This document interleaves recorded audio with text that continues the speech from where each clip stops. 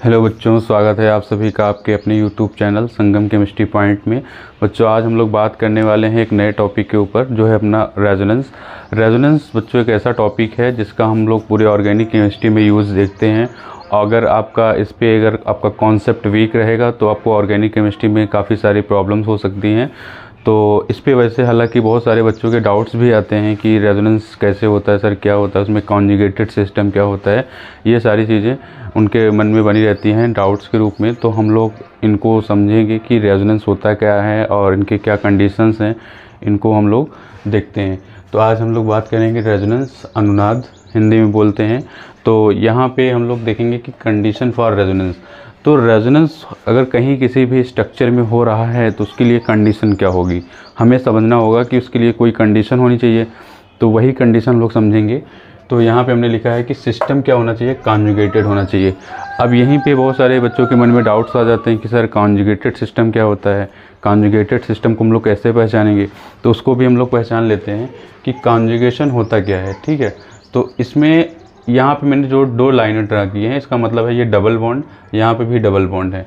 जब किसी भी स्ट्रक्चर में जब भी किसी मॉलिक्यूल में दो डबल बॉन्ड्स के बीच में एक सिंगल बॉन्ड्स आ जाता है, यहाँ पे देख सकते हैं कि दो डबल बॉन्ड्स दिख रहे हैं हमें और एक सिंगल बॉन्ड।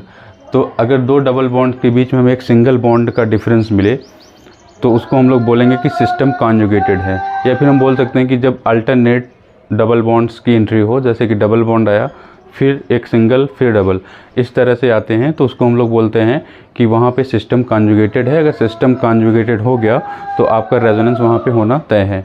तो अब यहाँ पे देखिए सेकंड पॉइंट पे, तो ये डबल बॉन्ड है, ये पॉजिटिव चार्ज है। जब डबल बॉन्ड और पॉजिटिव चार्ज के साथ हमें रेजोनेंस देखना होगा तो भी वही कंडीशन फॉलो होगी कि पॉजिटिव चार्ज और डबल बॉन्ड के बीच में हमें एक सिंगल बॉन्ड का प्रेजेंस होना ज़रूरी है।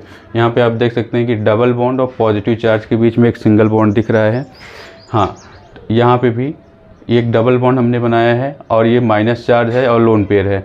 माइनस चार्ज और लोन पेयर में इलेक्ट्रॉन्स का नंबर सेम होता है, जैसे कि माइनस चार्ज में 2 इलेक्ट्रॉन्स होते हैं, वही उसी तरह लोन पेयर में भी 2 इलेक्ट्रॉन्स होते हैं यहाँ पे।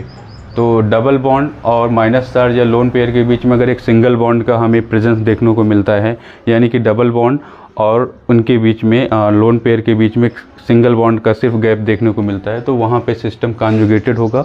और सिस्टम अगर कॉन्जुगेटेड हो गया तो रेजोनेंस होगा। यहाँ पे आते हैं फोर्थ पॉइंट पे कि डबल बॉन्ड है और एक ये है फ्री रेडिकल, एक सिंगल एक इलेक्ट्रॉन रहेगा बच्चों, उसको हम लोग बोलते हैं फ्री रेडिकल। अगर उनके बीच में एक सिंगल बॉन्ड का डिफरेंस आएगा तो उसको हम लोग बोलेंगे सिस्टम कॉन्जुगेटेड है। ठीक है, अब आते हैं इनके एग्जांपल्स भी देखते हैं कि हाँ, हमने यहाँ पे कैसे जनरली बात कर लिया कि डबल बॉन्ड के बीच में एक सिंगल बॉन्ड आ गया तो सिस्टम कॉन्जुगेटेड है। इसको स्ट्रक्चर के फॉर्म में भी समझ सकते हैं।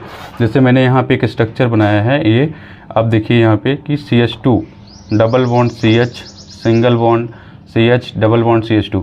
तो आप यहाँ पे देख सकते हैं कि यहाँ पे जो डबल बॉन्ड है, ये वाला डबल बॉन्ड और ये वाला डबल बॉन्ड, इनके बीच में एक सिंगल बॉन्ड का डिफरेंस हमें मिल रहा है कि इनमें एक गैप बन रहा है, किसकी वजह से, एक सिंगल बॉन्ड की वजह से। आप यहाँ पे देख सकते हैं कि डबल बॉन्ड और डबल बॉन्ड के बीच में एक सिंगल बॉन्ड आ रहा था, तो जिसकी वजह से सिस्टम क्या हो रहा था, कॉन्जुगेटेड हो रहा था। अभी यहाँ पे देखिए कि डबल बॉन्ड और डबल बॉन्ड के बीच में एक सिंगल बॉन्ड आ रहा है, तो यानी ये सिस्टम कॉन्जुगेटेड है, यानी कि रेजोनेंस होना तय है। तो यहाँ पे रेजोनेंस हो जाएगा। अब पॉजिटिव चार्ज वाला केस देखिए, पॉजिटिव चार्ज वाला यहाँ पे देखिए डबल बॉन्ड है, ये CH2 और CH के बीच में डबल बॉन्ड दिख रहा है और फिर सिंगल बॉन्ड और पॉजिटिव चार्ज, यानी इस पॉजिटिव चार्ज और इस डबल बॉन्ड के बीच में हमें एक सिंगल बॉन्ड देखने को मिल रहा है, यानी कि सिस्टम कॉन्जुगेटेड है, रेजोनेंस होगा। अब आते हैं यहाँ पे हम लोग बात करते हैं थर्ड पॉइंट पे। अब हम लोग लोन पेयर वाला देखेंगे और माइनस चार्ज वाला। जैसे यहाँ पे है CH2 double bond CH single bond CH2। तो आप देख रहे हैं कि यहाँ पे इस डबल बॉन्ड और इस माइनस चार्ज के बीच में कितना डिफरेंस हमें मिल रहा है, एक सिंगल बॉन्ड का डिफरेंस मिल रहा है, यानी कि सिस्टम कॉन्जुगेटेड है, तो यानी रेजोनेंस होगा। यहाँ पे आ जाता है लोन पेयर वाला, देख लेते हैं यहाँ पे CH2 double bond CH single bond NH2।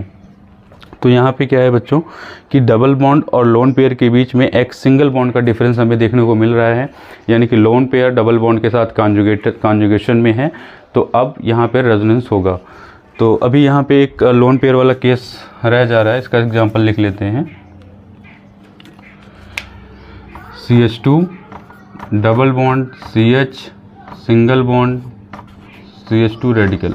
यानी कि इस तरह का केस हमें मिल रहा है कि इस रेडिकल और इस डबल बॉन्ड के बीच में एक सिंगल बॉन्ड हमें मिल रहा है, तो सिस्टम कॉन्जुगेटेड होगा।